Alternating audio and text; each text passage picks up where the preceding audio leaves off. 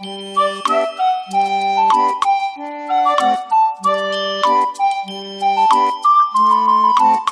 dears, today we are going to learn about birds.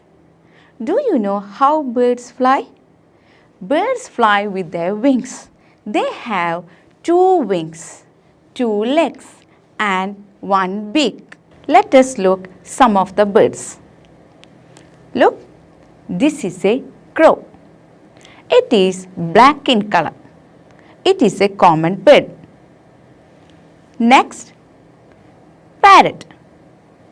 It is green in color and it has a red beak. Parrot can talk. Look, this is a hen.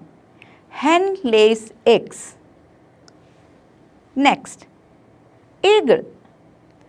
Eagle can fly high in the sky. This is a peacock. It is very beautiful. It is our national bird and can dance.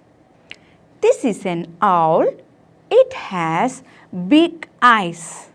It can only see at night. Look, this is a duck. It can swim in water. It also lays egg. Okay children, we will see the birds once again.